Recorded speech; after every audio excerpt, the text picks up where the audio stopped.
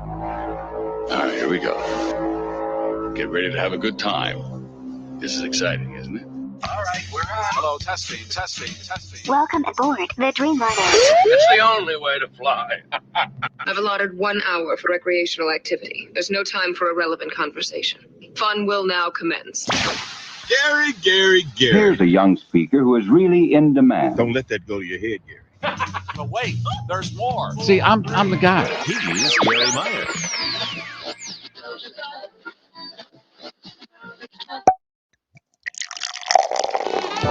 It's the Garry Meier Show Cocktail Hour Live for January 29, 2021. 6 o'clock Eastern, 5 o'clock Central, 4 o'clock Mountain, 3 o'clock.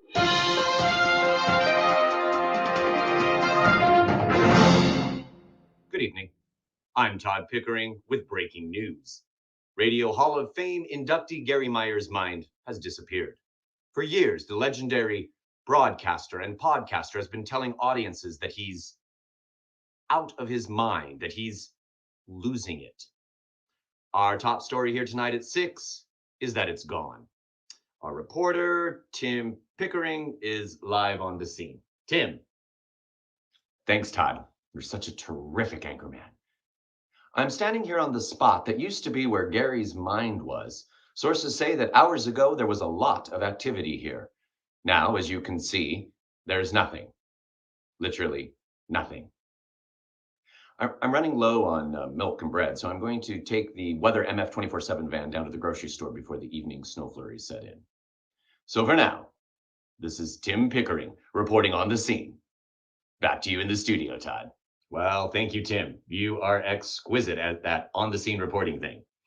We'll stay on top of this breaking news and we'll update you with further details. And since Tim already gave you a preview of the weather, let's head over to snow showers in Weather Tracking Command. Snow? Spartans! What is your profession? Yeah, okay. No matter where you are, it's time for a digital mimosa. Cocktails, woo, drinks. And you can replay this and all of our shows whenever you like. Subscribing to the Garrforce Live YouTube channel is a really good way to always catch the Cocktail Hour show when it's live or when you need it for a replay. As always, comments are welcome during our live shows on any of our streaming platforms. And you can also text us at 773-888-2157. Charges may apply. Now, fasten your seatbelts. It's time to go wheels up on the Garrforce Live.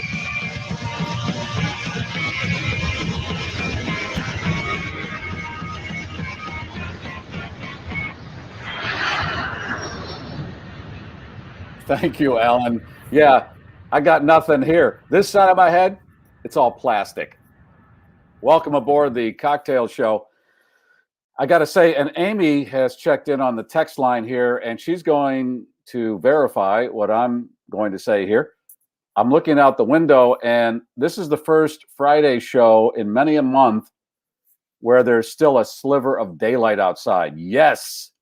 Now, I have broken the big toe of winter. I did that on December 22nd. That's when the daylight starts lengthening. I'm going to break the knee of winter on Valentine's Day because that's where we usually have a thaw. No matter where you are in the northern part of the country, around Valentine's Day, there's a thaw. We'll break the kneecap of winter. When we set the clocks ahead, I'm going to break the back of winter. That's going to feel pretty damn good. A lot of people checking in right now. I got Marcia T, Deborah, Bernie, Dave, Stephen, Doug, Tim, not the Tim Pickering who had, love the hoop earrings. Oh, first of all, kick the tires, light the fires. You're right, Alan. That's how we get the wheels up on the Garrforce. Now we've done that. The hoop earrings on the anchorman there, wonderful. Very nice touch. Because a lot of these anchor women around the country wear the big earrings and the big necklaces and tell us about very tragic things. Very weird. Tim says, do the time 3 ways like they do on the radio. Yes, you can't just do time 1 way. Let's go with Eastern time. So it's 6:04, 4 minutes after the hour, 56 minutes to 7. That's time 3 ways. You got Donna, Johnny from Michigan. Johnny, how you doing? Michael, Martin from British Columbia, Karen, David, and Debbie, and Matt, and Doggy Boy, Stephen. Appreciate you checking in on this Friday. Coming up in just a few minutes, my special guest, Dieter Sturm. Dieter makes snow for a living, and he is an Academy Award winner. And I've talked to Dieter before. I love this guy. He has done snow for Academy Award winning movies, and he did the snow, at least some of it, if not all of it, for Christmas Vacation. I want to find out what snow he did for that movie. We'll find out in just a few minutes. And because this is a cocktail show, you got to have the cocktail. I'm doing a Manhattan. Leslie, what are you putting down? Ticanis, my man. I'm doing some Greek wine today. Ooh. A little Roditis. Leslie and her husband went to Greektown in Chicago. And did you pick the bottle up there? Actually, we went to Greektown in Lombard, Illinois. Okay. Still not ready to go into Cook County. Okay, yeah, I said that because when I was younger, so much younger than today, I would go to Greektown with my then girlfriend, and we'd drink a lot of Roditis and then have to wait until I could drive back home. So I remember Greektown fondly back in the day, but there's a Greektown in the area you live in. There's a Greek restaurant. I grew up in a Greek town. Lincoln Square had a huge Greek population, St. Demetrius Parish and all that stuff. It was because of our Greek neighbors that I saw my father drunk, the one and only time I saw my father drunk. And it was thanks to this stuff, man. Yeah. Because it goes down so smooth. And then you tap it off with a little ouzo. And Lordy, my mom was pissed. What kind of drunk was your father? Happy, slappy, funny, good-natured. And that was it. Good, because the mean drunk is not acceptable. No. It's weird when your parents do stuff that you don't think they do. And you know what I'm talking about. Well, and that was the thing. It was like somebody pulled the curtain aside for the first time. And it's like, what? My dad can do that? Yeah. And I think the thing that ticked my mom off the most was when he went, I just have to fall over 2 fences to get home. And my uptight little mom was like, oh, no, this isn't the Paul I know. But yeah, it reminds me of when I'm driving in the car and I'm with my daughter and I'll turn up a Zeppelin song very loud. And she looks at me like, ooh, my father does this. He likes this kind of music. Well, didn't she see a couple of pictures of you back from when you looked like Serpico? Well, and that threw her off. Every week, it seems, she says to me, there's a lot about you that I don't know. You have a lot of history, because she'll be on the internet and see a picture of me with my beard and long hair. And I didn't really show her those pictures.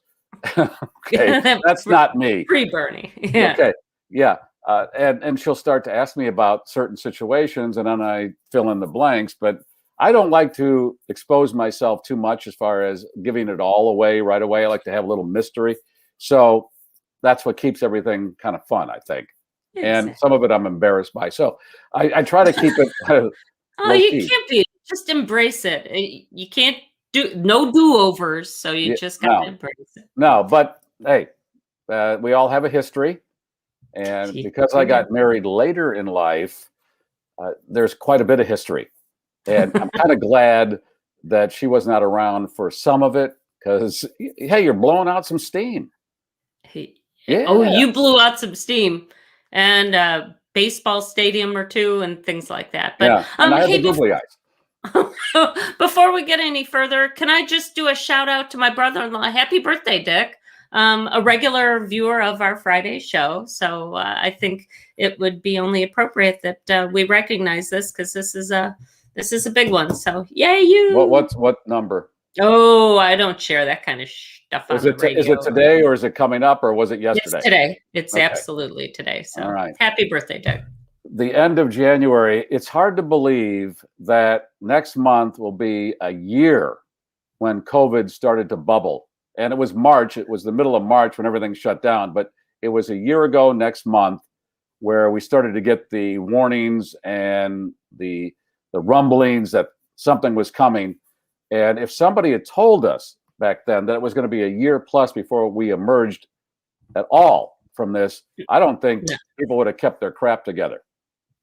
Look They at the barely first did it 2 with what weeks. they knew. Exactly. Look at the first 2 weeks and what happened to toilet paper, paper towels, and wipes. Yeah. Now imagine if you had told them, put away 6 months worth, put away 9 months worth. Yeah, it would have been a total frenzy. So it's good to not know some things. You just want to give a little bit on a need-to-know basis, and you're better off. And we're going to get out of this year. It's pretty much guaranteed. And as Terry Savage, the financial reporter, said on this program about a month ago, around April 1st, she thinks that things are going to start loosening up. And she's almost always accurate. So that's what I'm banking on right now. April 1st, we're going to start seeing things move in a better direction.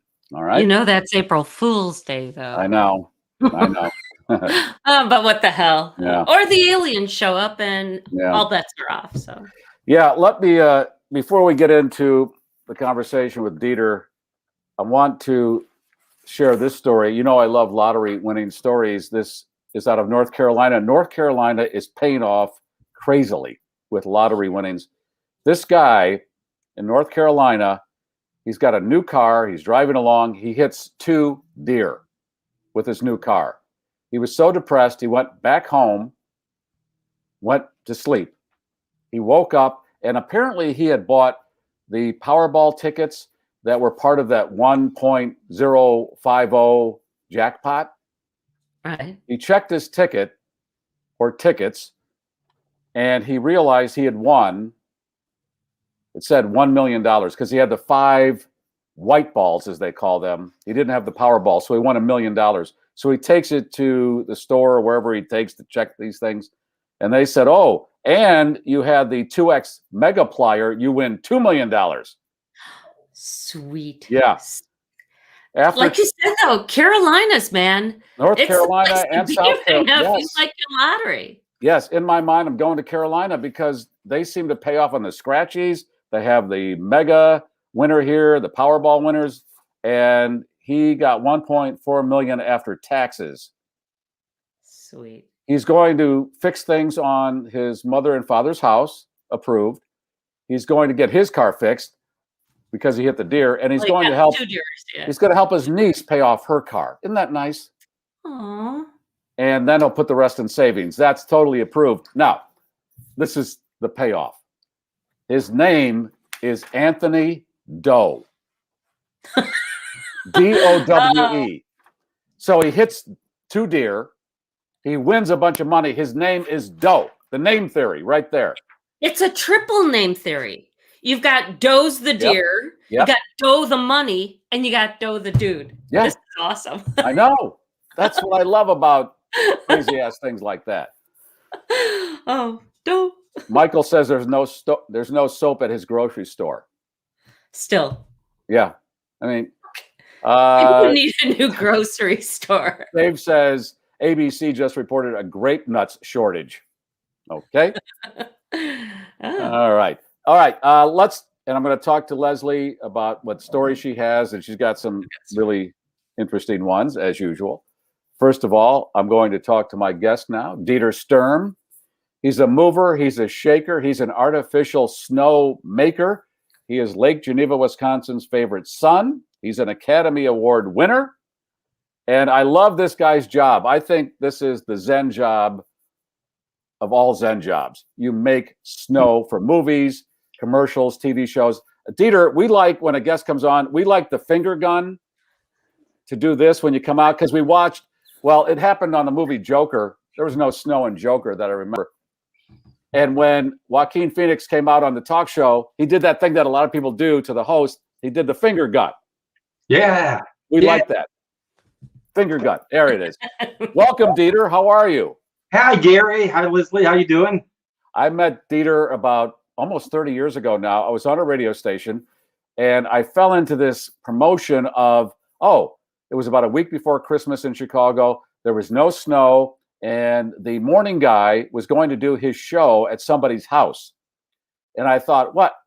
I'm gonna tie into that. I'll get somebody, and I didn't know who at the time, to make snow in front of the house when this guy did the show in the house. And somehow it filtered down to, you got to get Dieter Sturm. Dieter makes snow. That's how I got a hold of Dieter, and we became friends. And he came out and made the snow. And then his friend, who he had met in Milwaukee, ace weatherman Tom Skilling, came out and did a piece on us doing the snow in front of this house for WGN TV in Chicago.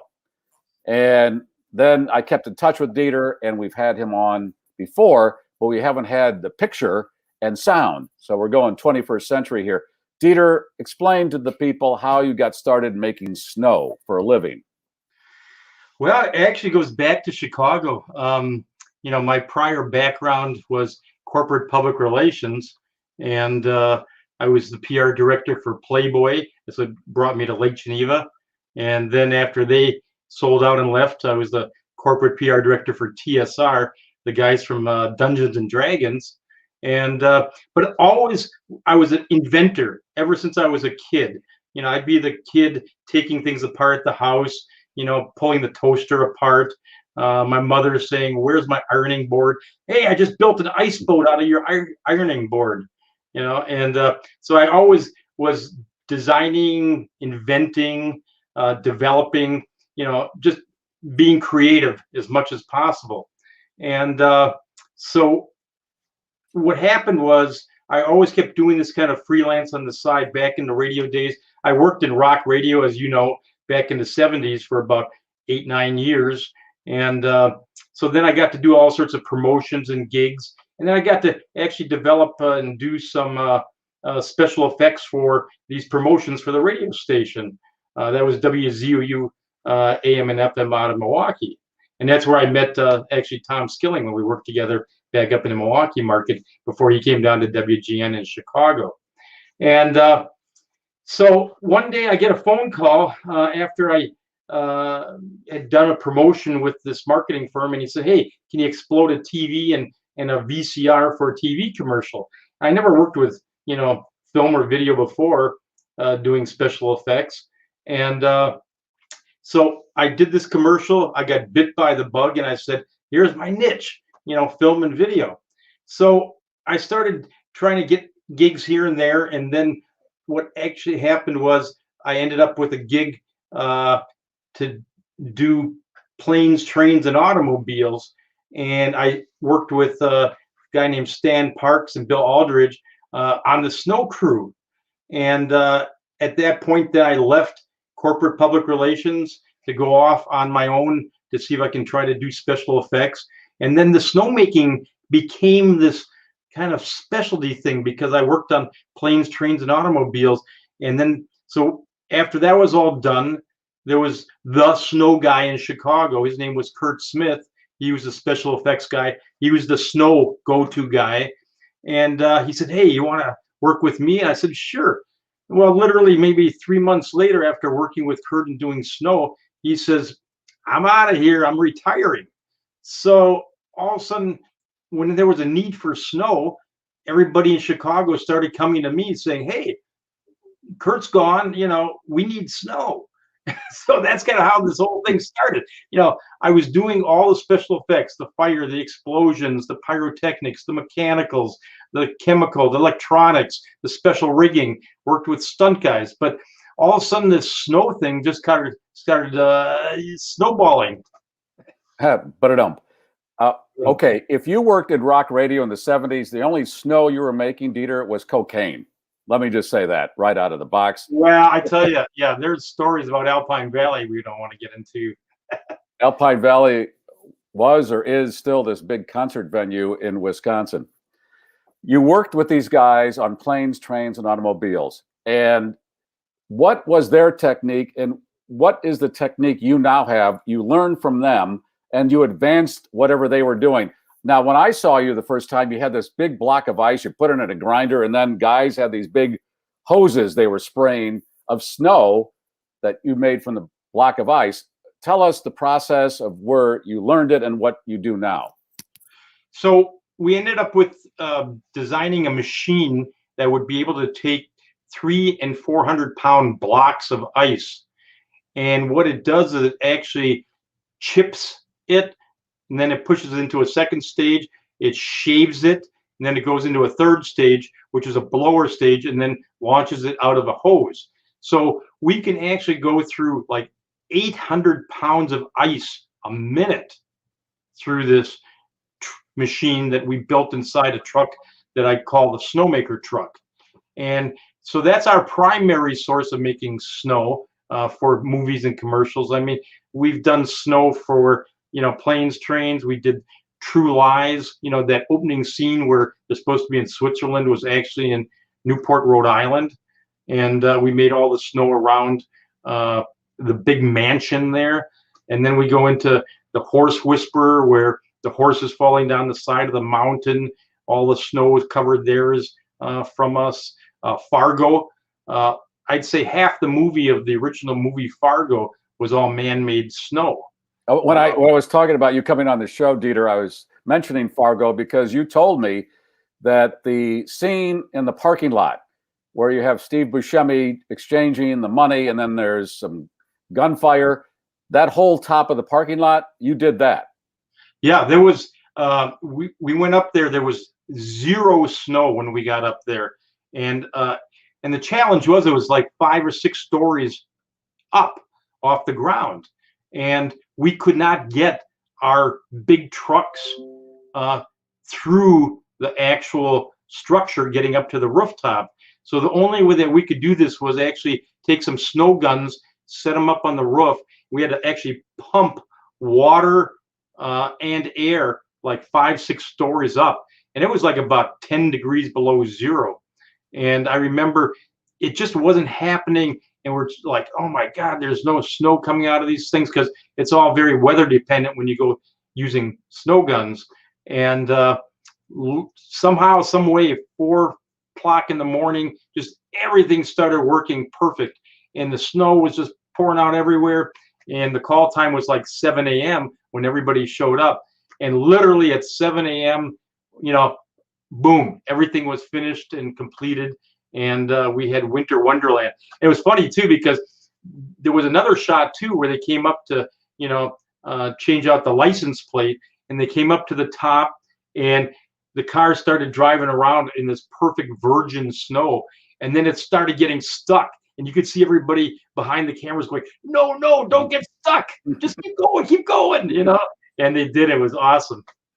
When they started to do snow for movies prior to your entrance into this field, I read where for a movie like It's a Wonderful Life, they were using soap suds, and then they would also use potatoes. They'd carve up potatoes and all this other nonsense. What do you know about the early days of making snow movies and TV shows? That's actually, because we started back in the early mid 80s, and we were using all those types of materials. We used to use plastic flake all the time. We would use a styrofoam flake, potato flakes. I remember there was time we did one big scene all in potato flakes, blowing potato flakes. We were using that for falling snow, and it was just like everywhere. And then it started raining, and it just became this big mess. And I remember coming back to the hotel, and I reached down into my pockets of my rain jacket, and I literally had 2 handfuls of mashed potatoes in my hands. It was kind of crazy. But we went back to a location years later after we did snow for a certain movie, and there was still all this plastic and all this styrofoam in the shrubs and bushes. And this is like years later. And we're like, oh my God, we can't be doing this. So, of course, creative and invention, mindsets start kicking in. It's like, well, there's got to be a way to do something different. So literally, I'm not a chemist, but I know how to ensemble the right people together. And the mission was basically, let's try to create a biodegradable, water-soluble snowflake that is truly environmentally safe and non-toxic and will not hurt the environment. And nothing really like that existed before. So literally 2 years I spent working on that. We came up with the first round called BioSnow 1. and it worked okay, but it degraded too quickly. I remember we had it all out there on some snow sets and falling snow scenes, and then it started getting wet and misty and a little bit of rain, and the stuff started already dissolving and melting down. And all of a sudden, it's like getting sticky and gooey, and people are walking around with like big, like bunny feet of white feet. It looked like big rabbits walking around, and that didn't go over so good.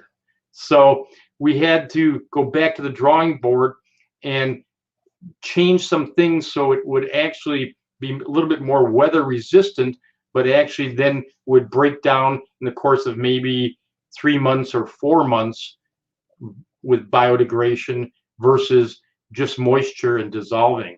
So that was the first biodegradable snows for the motion picture industry. And then we get a call kind of out of the blue from California saying, yeah, we know about this bio snow, and we want to put you up for an Academy Award for scientific and technical achievement. And I'm kind of like, well, all right, but this is something we weren't planning on. This is just something we're doing because we thought it'd be a really cool idea and something good for the industry too.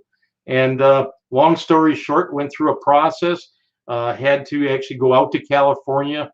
It was almost like a science fair where you had to actually show all these big groups of judges out there, what your invention was and what it does and how it works. And then they caucus back together, and then, they send you a letter saying, yeah, you won an Academy Award, come out here on this date. So I actually had to take off from work. We were, my wife Yvonne and I, we were working on a movie called Beautiful Girls. That was with Timothy Hutton and Uma Thurman, which we had to make a lot of snow for. And we had to ask off that weekend so we could go out to California to go get our Academy Award. And that was awesome. Jamie Lee Curtis gave me the award up on the stage. I had to say it was the worst meal I ever had, though. Thank God I didn't pay for it. It was kind of like a salmon and a lamb on the same plate with one sauce over it. And then it was all these edible flowers in the salad. It was really, LA la la stuff. Okay, I'm shocked because I always heard that the Academy Awards had the best meals. That you go for the meal, you stay for the awards. I always heard that. Hey, on your resume, Dieter, you have Christmas Vacation, classic movie. What snow did you make for Christmas Vacation? That was all the stuff in Chicago. So there was another team out in Colorado that was doing all the snow out there. Little funny story about that, because we were snowing all the streets in downtown Chicago and around State Street. And it was very funny because while we were filming that, there's 2 or 3 guys come walking around the corner, and one of them is director John Hughes. And I worked with him on a couple movies, and he comes up and he actually comes walking right up to me. He goes, I knew that was you. I knew that was your snow. I could just tell. And it was really kind of funny. But so all the stuff that we did in Chicago. Yeah. Well, most of it was, I thought most of it was filmed in Chicago. Most of it was not. All of the scenes where Clark is lighting the house, his house, and all that is done in Los Angeles, right? That was done. Los Angeles, Colorado. Actually, like, for instance, if you even go back to True Lies, okay, it was supposed to be Switzerland, right?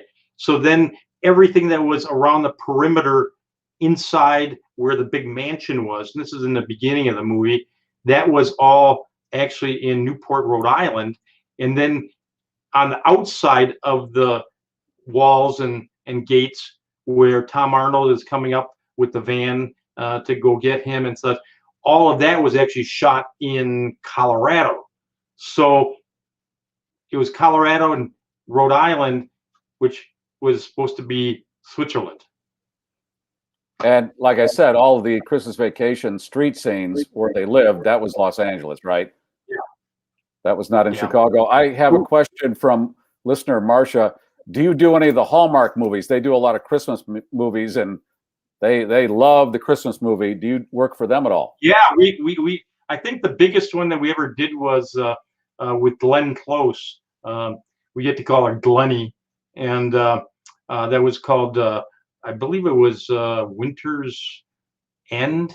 I believe it was one of the series of Hallmark movies, and I remember we shot that, I think, down in around Missouri, and yeah, I got to bury Glenn Close in a pile of snow. I actually buried her, and then they dug her out, and it was crazy. We had also Christopher Walken on set too, walking through the snow, and he's a wild dude. No, that's on your resume, Dieter. I buried Glenn Close in snow. That's right on the resume. I also know you were working on a project to have ski resorts all year round. And yeah, that's exciting. What's going on with that? So this is really cool. We're now actually working with a group out of the UK called Britain Engineering Developments, and they have this incredible. It's a high performance synthetic ski and snowboard slope surface system that they invented.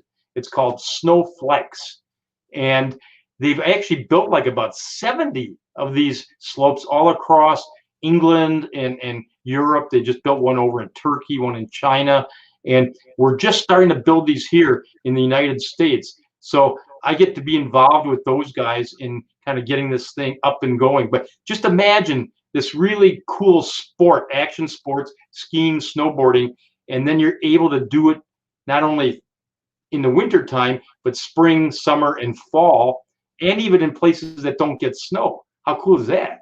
What's the technology? Is it a big panel that you put together with another panel and it makes a whole slope? How does that work? It's actually an engineered project where it's actually embedded inside of a slope. It could be actually on a man-made structure also, but then the top layer is a PBT monofilament, and it's like almost kind of like a brush carpet, but it's even stronger than Teflon. And then beneath that is a shock absorbing layer that's about maybe 3 inches thick, and that actually gives you not only softness when you fall, but then also when you edge, the edge of your skis or your board will kind of dig down into it, and then that gives you control.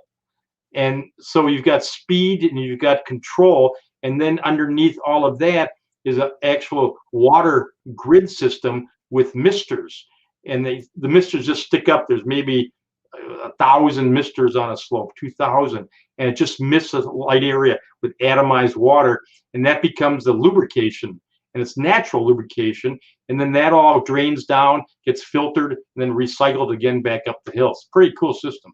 Where can we see this in the U.S. in the near future? Well, we've got one actually that's been running 10 years out in Lynchburg, Virginia, at Liberty University, and right now we're working on some projects like down in Texas, down in south of Los Angeles area right now. Actually, we have one, fingers crossed, we're hoping is actually right in our Lake Geneva area too. So we have probably we have Vegas, we have a couple up on the northeast coast. So there's probably about 12 projects right now that are in different phases of development. As far as making snow for movies, TV shows, etc., has the computer technology that has done a lot of the other special effects in movies, has that come to pass as far as making snow via a computer? Do they do that to a point where it's passable? Yeah, I tell you, the technology of post-production snow has come a long ways. I mean, now, you can get wind direction, you can get densities, you can get different layers to give you the look. So the falling snow, I think, has become pretty darn good. And but the ground cover snow is, I think, still kind of, you can't do that virtually in post-production. Like, for instance, when somebody wants to pick up a snowball, or they want to drop down and do a snow angel, or really you have like your A-list actors standing in a scene, it's got to look as real as possible. And still, our traditional way of doing it, physical effects, is still preferred. But we've learned over the course of time, actually, because with all the special effects work that we do, is that we found this balance between post-production and live action. At first, it was like, well, post is going to take over live action, you're out of a job. But quite honestly, we're finding where we work together hand in hand, and we're creating a lot of, plates, we're creating a lot of source material then for post-production to manipulate. Even safety too. For instance, years ago, if I had to fly somebody on a harness, we'd use like piano wire, and it was really thin, and it was still delicate, and you could possibly snap that where somebody falls and drops. Now, because you didn't want to see it on camera, now you could put a heavy cable on this actor and fly him around, however, and then in post-production, they'll just totally clone it out with matching frames, and so it works hand in hand. It's actually pretty good these days. What's your schedule been during COVID for the last year? Have you worked fairly okay, or has it really cut back? Well, it's Hollywood's been a challenge. TV commercials have been a challenge coming back in. I know we just did a couple movies for Ion Television that were out at Christmas. We did all the Chevy commercials that ran national for the holidays, and literally, every day, every 2 days, we have to get COVID tested. They had actually COVID compliant officers, on set. You have to get your temperature taken several times a day. There's a lot of work, in trying to, be safe, but still work at the same time. I mean, there was times when, Yvonne and I were out, with the snowmaker truck with masks on, and we're doing all this heavy duty labor work, and we've got Mike and Joel and Matt and all these guys working, and they all have masks on, and it's hard. It was really hard. I mean, to try to, you're breathing hard, you're working physically hard. So yeah, it's been a challenge. Now, I think everybody's, finally figured out, some good protocols, and production has been moving forward. Good. All right, Dieter Sturm, and for being on the program, you will be getting a 3-air portable air purifier. It gives you a 4-foot bubble of killing germs. It's an air purifier medallion, and I'll be giving that to you for being a guest today. That's like the best gift of the week. That's it. How about it? And if you, ladies and gentlemen, would like one, and I'm wearing it all the time now, anything to add to any protection is good. You can go to 3airhealth.com, and there's a Garrforce discount. Dieter, thank you. Always a pleasure. Great seeing you, Gary. Thanks, everybody. All right. Well, there you have it. That, like I said, is a Zen job. You put a big block of ice and a grinder and just put that hose between your legs and just woo. It's the companion piece, Leslie, to the flamethrower. I think these are in concert. You got the flamethrower, stump grinder. Gary's got a few of those. Weed whacker for the faint of heart. Anything that vibrates. I know I have asked Dieter this before. He can make snow up into the 70, 80 degree range. I mean, it will last long enough for them to get the shot in. Funny, really remarkable. Talking to him, I'm realizing that those technical awards may be more viable than the regular old Academy Awards in the future, because we've seen the old Academy Awards and meh. Yeah. But I would still want to hear more about how Dieter is making biodegradable snow on top of it. Imagine shooting plastic all over the place. Oh my God, where that would feel horrible to come back 6 months later and still see you're packing peanuts all over the place. Yeah. Oh God. All right. What do you have as far? Before you get into yours, let's take care of some sponsorship here. The fine people, in addition to the premium members who have gone on to subscribe to the lengthier shows, they keep this going. And keep your ears open for this Bettenhausen commercial right now, please.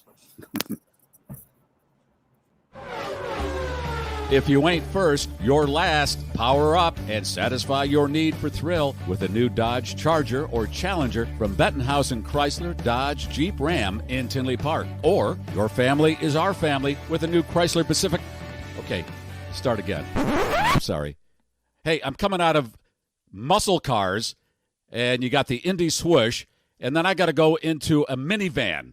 You know, they do this all the time. I don't know why the hell they do it, but damn it, if we can't transition these different types of vehicles, I don't get it. Is Doolin on the phone, or is he out with Denny Lane again, singing Listen to What the Man Said? Okay, I want a damn concerted effort to have Chuck write these scripts in a more professional manner. You give me 45 seconds of copy for a 30-second commercial, and you just say, okay, just read it faster. And I want to know what happened to the pictures of the newly redesigned 2021 Jeep Grand Cherokee that I was supposed to see this week.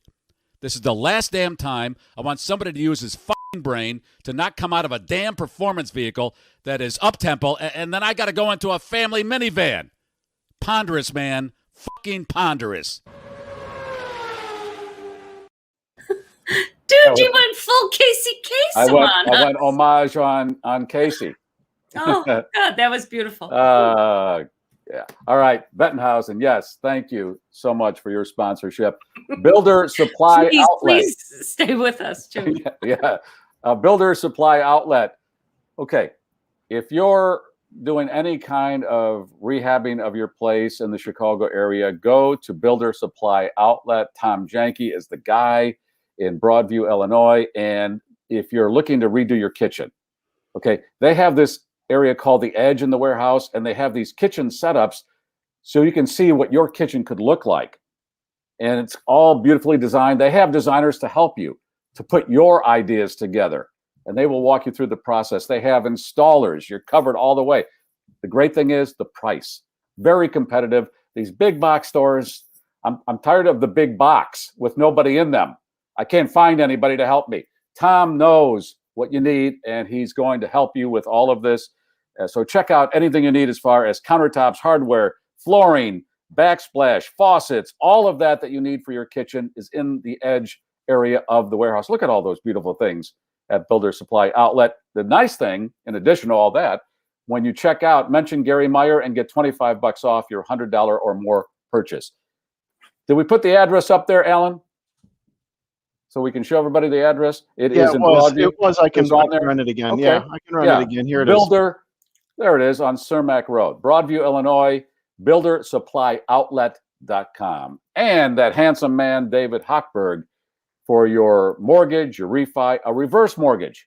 They handle all of that, and they do free consultations if you're in the market. And this is going to be a better year. I just feel it.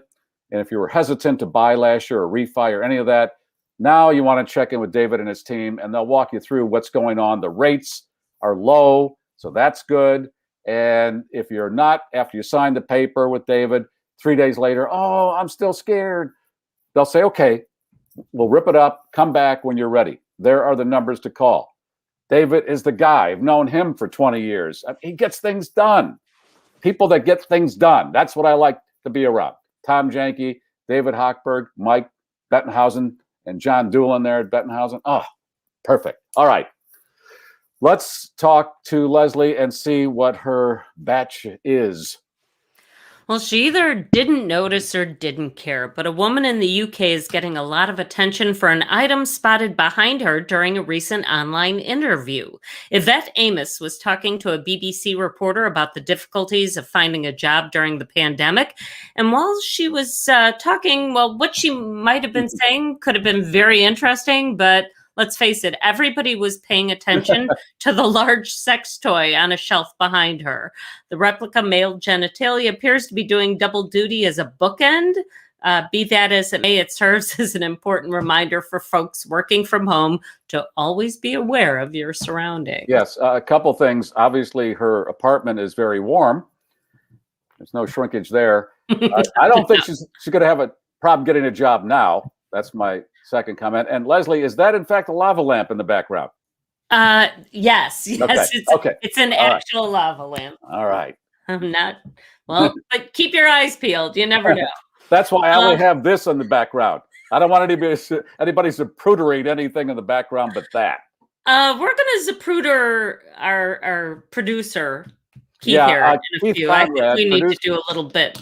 Producer Keith Conrad has some interesting things, and I said before the show, I'm looking in the background there, Keith. What do you got going? And he's going to show and tell in just a few minutes. In the meantime, an adrenaline junkie in Northern Ireland is lucky to be alive after trying to surf the wake of a nearly 700-foot-long ferry. The crew of the Stena super-fast ferry began sounding its horn to warn the surfer off, but he persisted. That's when they called in the Coast Guard. The surfer was intercepted after he turned around and started heading back to shore. Officials admonished him, pointing out the dangers of not just riding a ship's massive wake, but also doing so in the middle of a busy shipping lane. No word on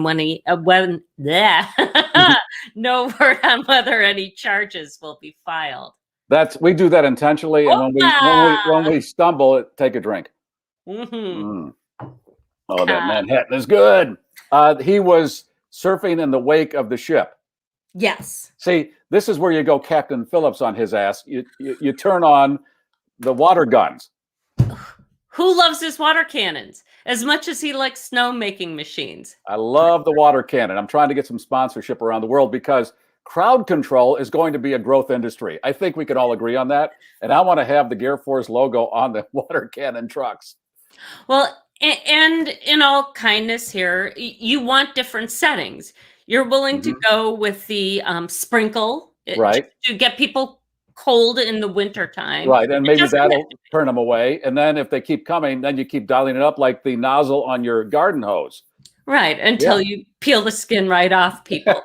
And then a company in Japan says it has developed a new kind of smart glasses that will improve the wearer's vision over time. Tokyo-based Kubota Pharmaceutical Holdings says their product can actually reverse nearsightedness, otherwise known as myopia, by correcting the refractive error that causes the loss of sight. More than 2 billion people worldwide suffer with this condition, so the market is huge. They say, though, that they're going to roll these glasses out in Asia, though, where myopia is most prevalent. What is myopia again? Nearsightedness. And does that mean you can't see far? It's right. Always right? It's the reverse of what you think. That's what I have.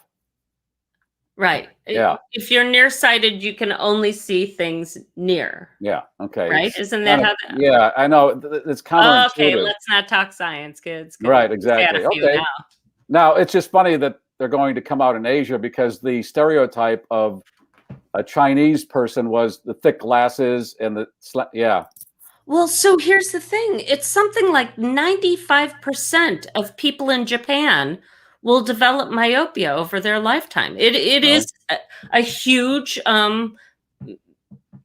problem, and maybe it's tied to genetics or whatever, but yes, it is definitely a thing. Do you want some more? You got some? I got some car chase stories. There was a slow-speed police chase in Billings, Montana this week when a couple of kids boosted a recreational vehicle from a local auto auction. Police were alerted by other motorists who spotted the RV driving erratically, nearly running one car off the road. Officers began pursuing the vehicle, albeit slowly, at speeds ranging from 10 to 25 miles per hour. Eventually, officers threw down some spike strips, forcing the RV to stop. Inside, they found two 10-year-olds who are now facing charges. Luckily, no one was injured. This is a 5th grade car chase. We're talking 5th graders. Yes. 5th grade. Do you remember what you were doing in 5th grade? It wasn't stealing cars, I would imagine. I think I was just happy riding around on my 10-speed. Exactly. I was thinking about, wow, I wish somebody would invent Febreze. So when my mother comes in my room, something like that. Something like that. Yeah. And in Cincinnati, police officers were in the middle of a traffic stop when a city salt truck nearly ran them over and then peppered them with a layer of salt to boot. Officers say the driver of the truck actually accelerated as it approached them. So the officers jumped in their car and followed. Rather than pull over, the salt truck driver, though, pulled a U-turn and continued to flee, raising the bed of the truck along the point at one point and dumped even more more salt. Look at me, all Dietered. They dumped snow. So they dumped all this extra. This guy dumped all this extra snow on the police officers who were in pursuit. The chase lasted about a half hour before the truck was finally stopped, and the driver, identified as 36-year-old Omar Armstrong, was taken into custody. No information about why he pulled this stunt. When the people got home, their ankles were very swollen because of all the salt. The same Dude, you got a city job right now. Okay, but it's the same condition I get when I eat Popeye's chicken. It happens, but it's so good going down. If Dieter Sturm was around when they did White Christmas, the scene would have been Bing Crosby sitting with the general up at the ski lodge in Vermont. I got a guy. I know who to get up here and get your snow, General. Dieter Sturm. And then Dieter's in the background as they're singing White. Oh, yes. Oh, yeah. We'll follow the old man right out here. They wouldn't have to wait till the end scene to see the snow. It would have come right around the time when Vera Ellen was showing off her 18-inch right. waist. Dieter is spraying the snow, and then the general's got his hands around her waist and he can connect all his fingers. Next week on the program, we're going to talk about what makes Columbus, Ohio so great, because Ohio is in the top 10 states that people are moving to. And we're going to have some people that do theater in Columbus. It's the largest city in Ohio, and it's a happening city. We'll find out why on next Friday's cocktail show. That's it for now. Hey, Garry, before you go. Oh, wait, Keith. No, even before you get to Keith, Dieter pinged me in the background while we were doing it. He wanted to talk about his YouTube channel real quick that's coming up this spring. So let me flash that on the screen. We'll bring Dieter back in. Snow. This is crazy. So now, I just actually, I don't know if you ever heard this fellow named Cletus McFarlane. He's like mega YouTuber. He just bought my jet-powered cheese wedge, the Cheesinator. You're making all this up. That's a fake name. That's a fake thing. No. I got photos. Yeah. So, and they're making millions of dollars doing these cool YouTube videos. So now Matt Stratton and I, we're gonna he's another special effects and weapons guy. His nickname is Sparky, and my nickname is Skeeter. We're going to come out with a YouTube channel called Sparky and Skeeter, and we're going to do some crazy gadgets, mayhem, crazy projects. It's going to be wild. Wait a minute. Go back to Cletus, and you sold him what? The Cheesinator. I built this jet-powered cheese wedge. It's the only one on the planet. What does it do? You get in it and you drive it around. It's a jet-powered cheese wedge. Well, obviously, Dieter has been drinking too and now making stuff up. That's funny. Yeah, hey, he's in Wisconsin. They've got to do that. You got to have a cheese mobile. Hey, I mentioned before, how hot can it be before you can't make snow? We've made snow even up to 100 degrees outside in Sacramento, California. That's our record. Say again? 105 degrees Fahrenheit in Sacramento, California. How long would it last with 105-degree temperature? Surprisingly, for hours, because we put it in piles and it self-cools itself. You have all this mass of cold in one place. If you did it really thin, boom, it'd be water 1, 2, 3. But if you do it in piles when it's warm outside, you're still gold. I want to see the Cheddarmobile race the Wienermobile. That's my dream now. Imagine if they crashed.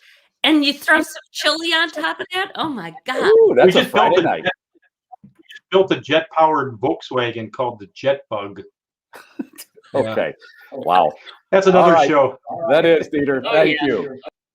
Here's Keith, and he's going to show us what he got for his birthday. Was this your last birthday? You got this? You're muted. You're muted, buddy. So you'd think a producer would get the mute thing right. Come on, Keith. You think so? You think? Yeah, it was actually a few years ago, but you were talking about zaprudering things in the background, and I've got a bunch of posters here, and really the stuff on the shelves is just my wife's art stuff, so it's not very remarkable.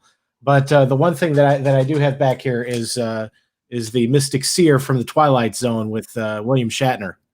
Cool. Now, they made that for the consumer? You could buy one, or is that's not from the show? No, it's not the original one from the show. They were selling these, and my brother got it for me for my birthday, and my life hasn't been the same since. Wait, okay.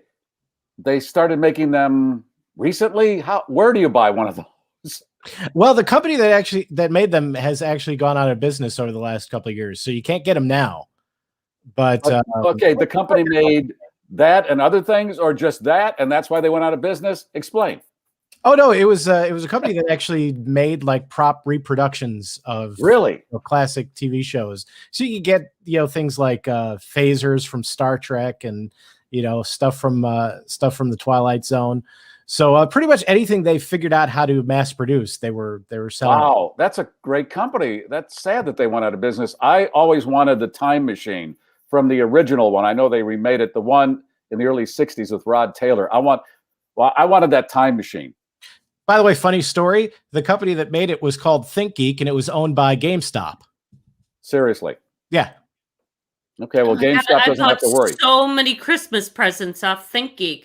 What a shame. They're out of business, huh? Yeah. GameStop is this weird story this week about the stock price going all over the map. And okay, anyway, wow, that's a Twilight Zone-y thing right there, that they own that. And then you got that. Hold that up again a little longer so people can see it. It was featured in this episode with, what was there a star in that particular episode? Shatner. Oh, yeah, William Shatner. Shatner. Okay, with Shatner, and yeah, all right. Okay, the Time Machine. If you've ever seen that movie, that was a barber chair that they used for the Time Machine, and a guy does own it.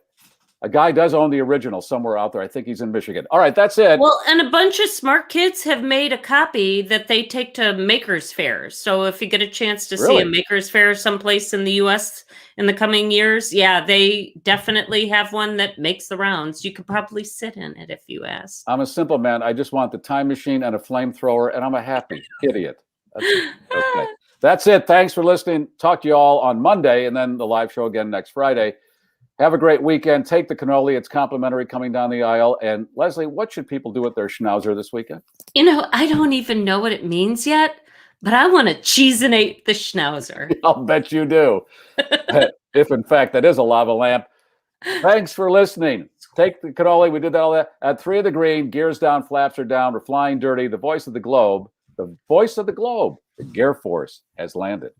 If you like that, I got other stuff I think you're going to like. This is the Garrforce